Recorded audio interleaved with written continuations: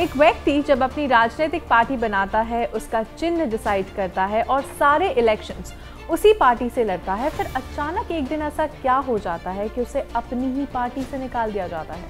मैं बात कर रही हूँ एनसीपी में चल रहे विवाद के बारे में। लोकसभा चुनाव से पहले शरद पवार गुट को चुनाव आयोग यानी इलेक्शन कमीशन से एक बड़ा झटका मिला है। राष्ट्रवादी कांग्रेस पार्टी यानी एनसीपी पर दावे की लड़ाई में चुनाव आयोग ने अजीत पवार गुट के पक्ष में फैसला सुनाया है। उन्होंने अजीत पवार गुट को असली एनसीपी होने का स्टेटस दे दिया है। साथ ही चुनाव आयोग ने चुनाव चिन्ह घड़ी भी अजीत गुट को दे दी है। डिसीजन इलेक्शन कमीशन ने दिया है, उसका मैं स्वागत करता हूं। देख रहे हमारे डॉक्यूमेंट्स भी ठीक थे और फाउंडर मेंबर, इस पार्टी का फाउंडर मेंबर और फाउंडर लीडर कौन रहा है, तो एक ही नाम है, उसका नाम है शरद पवार।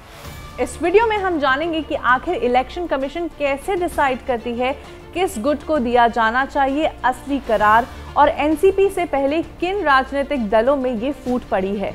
आप देख रहे हैं स्विच, मैं हूं सिमरन आपके साथ। सबसे पहले जानते हैं कि चुनाव आयोग ने कौन सा फॉर्मूला इस्तेमाल किया इस चाचा भतीजा केस में। The answer is triple test method.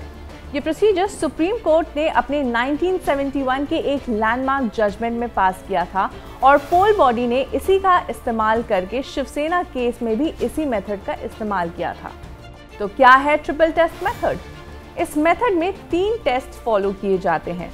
सबसे पहला टेस्ट होता है test of aims and objectives of the party constitution.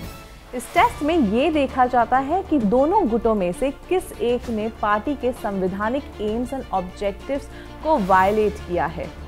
दूसरा टेस्ट होता है टेस्ट ऑफ पार्टी कॉन्स्टिट्यूशन। इस टेस्ट में देखा जाता है कि कौन से गुट ने पार्टी के कॉन्स्टिट्यूशन का उल्लंघन किया है।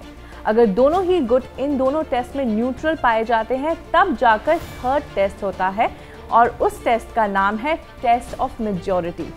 इस टेस्ट में ये देखा जाता है कि कौन से गुट के पास मेजॉरिटी सपोर्ट है in both the legislative and the organisational wing of the party.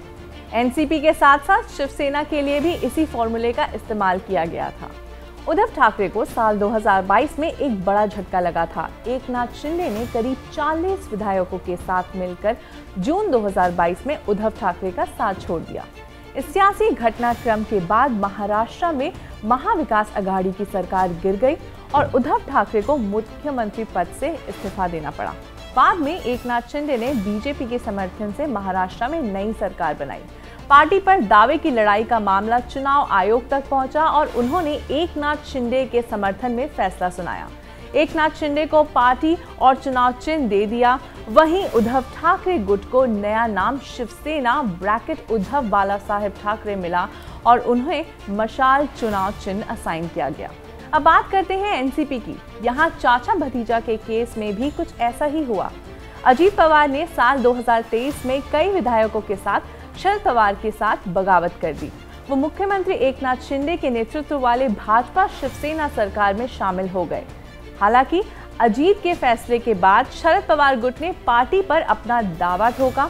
लगभग 6 महीने से ज्यादा समय तक चली सुनवाई के बाद चुनाव आयोग ने अजीत गुट के पक्ष में अपना फैसला सुनाया और शरद पवार गुट को अपनी पार्टी का नया नाम मिला, राष्ट्रवादी कांग्रेस पार्टी शरद चंद्र पवार। लोक जनशक्ति पार्टी में भी चाचा भतीजे के बीच ऐसे ही फूट पड़ी। साल 2019 में रामविलास पासवान ने पार्टी का कमान अपने बेटे चिराग पासवान को दे दिया और उनके निधन के बाद 2021 में चिराग के चाचा पशुपति पारस ने उनसे बगावत कर दी। पशुपति पारस ने पहले चिराग को लोकसभा से संसदीय दल के नेता पद से हटवाया और इसके बाद पार्टी के अध्यक्ष बन गए। उनके साथ 5 सांसद भी चले गए। लोक जनशक्ति पार्टी पर चाचा और भतीजे ने अपना दावा ठोका, लेकिन चुनाव आयोग ने पशुपति को असली गुट करार दिया। बाद में चिराग पासवान ने लोक जनशक्ति पार्टी रामविलास के नाम से नई पार्टी बनाई। जाहिर तौर पर शरद पवार गुट के लिए मुश्किलें बढ़ती नजर आ रही हैं। इंडिया अलायंस में पवार एक प्रोमिनेंट फेस है। लोकशाही में मेजॉरिटी को महत्व होता है और मेजॉरिटी आज अजीत दादा पवार जी के पास है। और इसीलिए चुनाव आयोग ने निर्णय मेरिट पे लिया हुआ है और लोकतंत्र में बहुमत फिर से एक बार सिद्ध हुआ है। सवाल कई हैं जिनके जवाब आपको यही मिलेंगे आने वाले वक्त में, तो बने रहें हमारे साथ। लेकिन मेरा भी आपसे एक सवाल है, जवाब देंगे ना? क्या किसी पुरानी पार्टी से उसका लोगो, उसका नाम छीन लेना कहाँ तक सही है? कमेंट करके ज़रूर बताइएगा और देखते रहिए स्विच।